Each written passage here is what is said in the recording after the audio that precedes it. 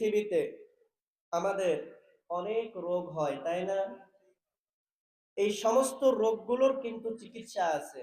এই রোগগুলো থেকে বাঁচার জন্য চিকিৎসা আছে। কিন্তু এমন একটা রোগ এই দুনিয়াতে আমার আপনার হয়ে থাকে যে রোগের কোনো চিকিৎসা নাই। সেই রোগের কোনো চিকিৎসা নাই। সেই রোগটার নাম কি ভাই বলেন তো? মরণ। রোগটার নাম কি? মরণ, মৃত্যু। এই রোগ থেকে বাঁচার কারোর কোনো ক্ষমতা আছে কিনা? আরো জোরে বলেন। এই রোগ থেকে বাঁচার মতো ক্ষমতা কিন্তু কারণ নাই। আপনি যত ভালো মানুষ হন তারপরেও মারা যাবেন। আপনি খারাপ মানুষ তাতেও মারা যাবেন। আপনি আমতলা বাজারে সবজি বিক্রি করে খান, আপনি তাতেও মারা যাবেন।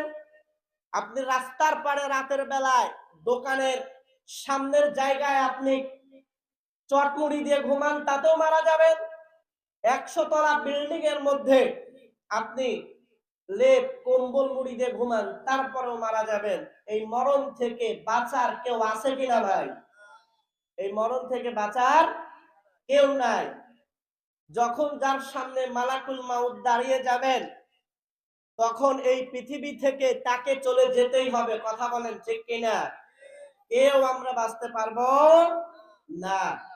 তো আমি আপনাদের সামনে কিছু সময় আলোচনা করব এমন ভাবে যে আলোচনাটা আমার আপনার পারলৌকিক জীবনে আমার আপনার জন্য উপকারী হবে এবং এই দুনিয়ার জীবনে আমার আপনার জন্য উপকারী হবে। আলোচনা করব ঠিক এইভাবে। সবাই আমার জন্য একটু দোয়া করুন, সবাই বলুন আমিন। মুসলমান ভাইরা আমার, বন্ধুরা আমার, আমি আপনাদের সামনে পবিত্র কোরআনুল কারীমের যে আয়াতখানা তেলাওয়াত করেছি, এই আয়াতের মধ্যে আমার আল্লাহ তাআলা বলেন, ইযা জাআ আজালুহুম লা ইস্তাখিরুনা সাআতাও ওয়া লা ইস্তাকদিমুন।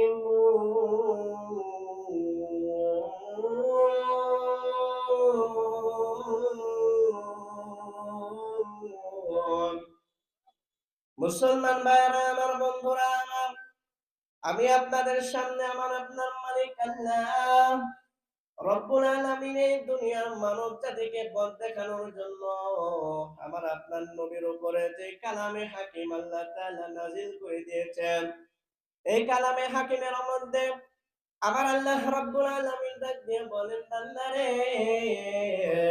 যেই সময়ে তোমার মৃত্যুর জন্য সময় হয়ে যাবে, তোমার মৃত্যুর যে সময় রয়েছে রে বান্দা, ওই সময় থেকে একটু সময় তোমার জন্য বাড়িয়েও দেওয়া হবে না।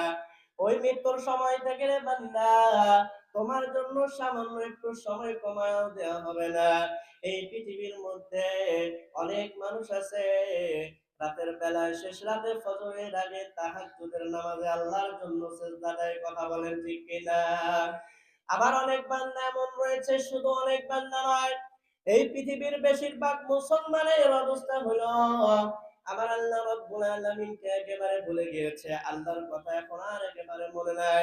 আমার আল্লাহর কথা তারা একেবারে ভুলে যায়। ভুলে গিয়ে সদা সর্বদা দিনে এবং রাতে আমার আল্লাহর নাফরমানিতে ব্যস্ত থাকে। কথা বলেন ঠিক কিনা?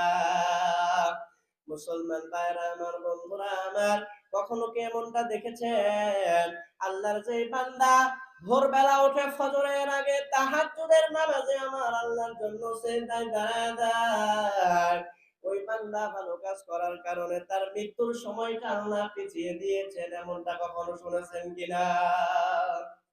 আবার বিপরীত দিকে যেই সমস্ত বান্দারা আল্লাহ তাআলাকে একেবারে ভুলে গিয়েছে, শুধুমাত্র শুক্রবারে জুমার নামাজের সময় আল্লাহর কথা মনে পড়ে আল্লাহর জন্য সিজদা দেয়। আবার আল্লাহর এমন কোন বান্দা আছে বছরে 2 দিন শুধুমাত্র আল্লাহর জন্য সিজদা দেয়।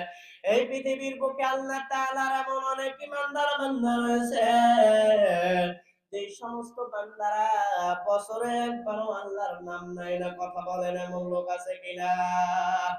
কখনো কি শুনেছেন এমন কোন বান্দার উপরে আল্লাহ তাআলা রাগান্বিত হয়া, আমার আল্লাহ তাআলা রাগ করিয়া, রাগ করার পরে আল্লাহ রাব্বুল আলামিন ওই সমস্ত পাপী বান্দাদেরকে তার হায়াত শেষ হওয়ার আগের দিনে তার জানটা কবজ করাইছেন? ও মুসলমান, এমন কোন কথা শুনেছেন কিনা? কারণ হলো আমার আল্লাহ তাআলা বান্দা যখন মায়ের পেটের মধ্যে ছিল, নির্দিষ্ট সময় যখন পার হয়ে গিয়েছে, নির্দিষ্ট সময় পার হয়ে যাবার পর আমার আল্লাহ রাব্বুল আলামিন মায়ের গর্ভের মধ্যে একজন ফেরেশতা পাঠাইয়া আমার আল্লাহ তাআলা ওই বান্দার হায়াত, ওই বান্দার রিজিক, ওই বান্দার জীবন কতদিন হবে মায়ের পেট থেকে আমার আল্লাহ তাআলা সব নির্ধারণ করে দিয়েছেন। বলেন আল্লাহু আকবার। মুসলমান ভাইরা আমার, বন্ধুরা আমার, যে কথা আমি আপনাদেরকে বলতে চাই সেটা হলো এই দুনিয়া থেকে আমি আপনি একদিন বিদায় নিয়ে চলেই যাব। আমার আপনার জীবনটা যেন আমরা মানুষের উপকার করে কাটাই, আমার আপনার জীবনটা যেন এমন ভাবে কেটে যায় আমি আপনি আল্লাহর বান্দাদের উপকার করে কাটাই।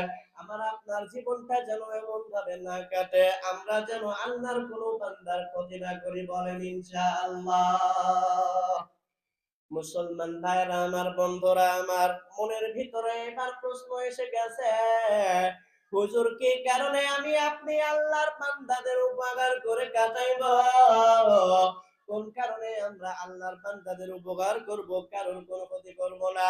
এই প্রশ্ন যখন আমার আপনার মনের মধ্যে এসে গিয়েছে, সেই সময়ে আমার আপনার জন্য আল্লাহ নবীর একখানা হাদিস আমি শোনায়া দেয়। মুসলমান ভাইরা আমার, বন্ধুরা আমার, রাসূল আরবি সাল্লাল্লাহু আলাইহি ওয়াসাল্লামের সাহাবী হযরত আবু হুরায়রা রাদিয়াল্লাহু তাআলা আনহু তিনি বলতেছেন, আমার আপনার নবী রাসূল আরবি সাল্লাল্লাহু আলাইহি ওয়াসাল্লাম এমন একজন ব্যক্তির কথা, এমন একজন আল্লাহর বান্দার কথা সাহাবাদের সামনে আমার নবী বললেন, লাম ইয়ামাল খায়রান কত, আমার আল্লাহ তাআলার ওই বান্দা আল্লাহর জন্য কোনদিন কোনো ভালো কাজ করে নাই। আল্লাহর বান্দা কখনো কোনো ভালো কাজ করে নাই, সারা জীবন পাপের মধ্যে কাটাইছে। কিন্তু তার একটা অভ্যাস ছিল, কানা ইউনাইনুন নাস, কিন্তু আল্লাহর এই বান্দা আল্লাহর বান্দাদের যখন প্রয়োজন হইতো তাদেরকে ঋণ দিত, তাদেরকে ধার দিত। আল্লাহর অনেক বান্দা দেখবেন বিভিন্ন সময়ে আমার আপনার কাছে এসে বলে, ভাই আমি তো খুবই বিপদের মধ্যে আছি, আমাকে 500 টাকা তুমি হাওলাত দিয়ে দাও, আমি 7 দিন পরে তোমাকে দিয়ে দিব। বলে কিনা? আরো জোরে বলেন, বলে কিনা? এরপরে আল্লাহর ওই বান্দা এমন অবস্থা হয়ে যায়, যে বান্দার কাছ থেকে ধার নিয়েছে পরেই তাকে ভিখারি বানায় দেয়, সময় মতো আর ফেরত দেয় না। এমন লোক আছে কিনা? আরো জোরে বলেন, আছে কিনা? তার যখন টাকার বড় প্রয়োজন, টাকার বড় প্রয়োজন, তখন সে সকাল বিকাল আল্লাহর বান্দার কাছে ধরনা দিয়া আল্লাহর বান্দার কাছে বারবার যায় আর বলে, ভাই আমার খুবই দরকার, ওই টাকাটা দাও ভাইরা, আমি 3 দিন পর তোমাকে দিয়ে দিব। এটা যখন বারবার বলে আল্লাহর বান্দা দিয়ে দেয়, কিন্তু এরপরে ওই বান্দা আর ঠিক সময় মতো ফেরত দেয় না। রাসূল আরবি সাল্লাল্লাহু আলাইহি ওয়াসাল্লাম যেই বান্দার কথা বলে দিল, এই বান্দার অভ্যাস ছিল, আল্লাহর কোন বান্দা যখন তার কাছে এসে কোন ধার চাইতো, টাকা যদি ঋণ চাইতো, আল্লাহর ওই বান্দা আল্লাহর কোন বান্দাকে না করে নাই, তাকে দিয়ে দিত। এরপরে যখন আবার এমন হয়ে যাইতো আল্লাহর ওই বান্দা টাকা আর ফেরত দেয় না, বান্দা যখন টাকা ফেরত না দেয়, আল্লাহর ওই বান্দা যখন তার একজন গোলামকে যখন পাঠায় দিত টাকাটার জন্য, যখন আল্লাহর ওই বান্দার কাছে পাঠায় দিত, তখন তাকে বলে দিত, সুম্মা তাসারা ওয়াতরুক মাসুরা লাআল্লাল্লাহ ইয়াতাজাওয়াজা আন্না। আল্লাহর বান্দাকে ডাক দিয়া বলতো, আমার গোলাম তুমি আমার ওই বান্দার কাছে, আল্লাহর ওই বান্দার কাছে চলে যাও, ভাইয়ের কাছে তো আমার টাকা পাওনা আছে, আমার ওই ভাই আল্লাহর বান্দা যতটুকু এখন সে দিতে পারে বা গোলাম তুমি সেইটুকু গ্রহণ করে নাও, আর যা তার জন্য কষ্ট হয়ে যায় তার জন্য তুমি একটু সময় বাড়ায় দিয়ে আসো। ও আমার গোলাম, এই যে সময় তুমি আমার আল্লাহর ওই বান্দাকে দিবা, এমনও হতে পারে শুধুমাত্র এই কাজের জন্য আমার আল্লাহ তাআলা আমাকে মাফ করে দিবেন। সুবহানাল্লাহ। তার মানে আল্লাহর বান্দাদেরকে সে ঋণ দেয়। এখন ঋণ দিতে গেলে সবাই কিন্তু সময় মতো ফেরত দেয় না। নেওয়ার সময় দেখবেন সকালে একবার আসে, দুপুরে একবার আসে, বিকালে একবার আসে, ঘুমের সময় একবার আসে, ঘুম থেকে ওঠার সময় আর একবার আসে, কিন্তু দেওয়ার সময় তাকে খুঁজে পাওয়া যায়? আপনারা একটু বলেন, খুঁজে পাওয়া যায়? নেওয়ার সময় ঘুরে, কিন্তু দেওয়ার সময় খুঁজে পাওয়া যায় না। তো আল্লাহর এই বান্দা সম্পর্কে আমার নবী বলেন যে এর কোনো ভালো কাজ নাই, কাজ শুধুমাত্র একটাই। সেই কাজটা কি?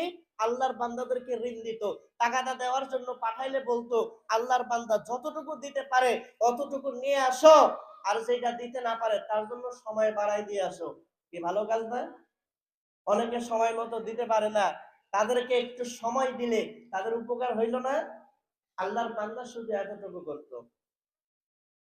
মুসলমান ভাইরা আমার, বন্ধুরা আমার, রাসূল আরবি সাল্লাল্লাহু আলাইহি ওয়াসাল্লাম ডাকিয়ে বলেন, সাহাবারা রে, ফালাম্মা হালাকা, যখন আল্লাহর এই বান্দা যখন মৃত্যুবরণ করলো, মৃত্যুবরণ করার পরে যখন আমার আল্লাহর সামনে দাঁড়ায় গেছে, আমার আল্লাহ তাআলা বলেন, হাল আমিলতা খায়রা, ও আমার বান্দা, তুমি কি কোনো ভালো কাজ করেছো কিনা? তুমি কোনো ভালো কাজ, উত্তম কাজ তুমি করে এসেছো কিনা?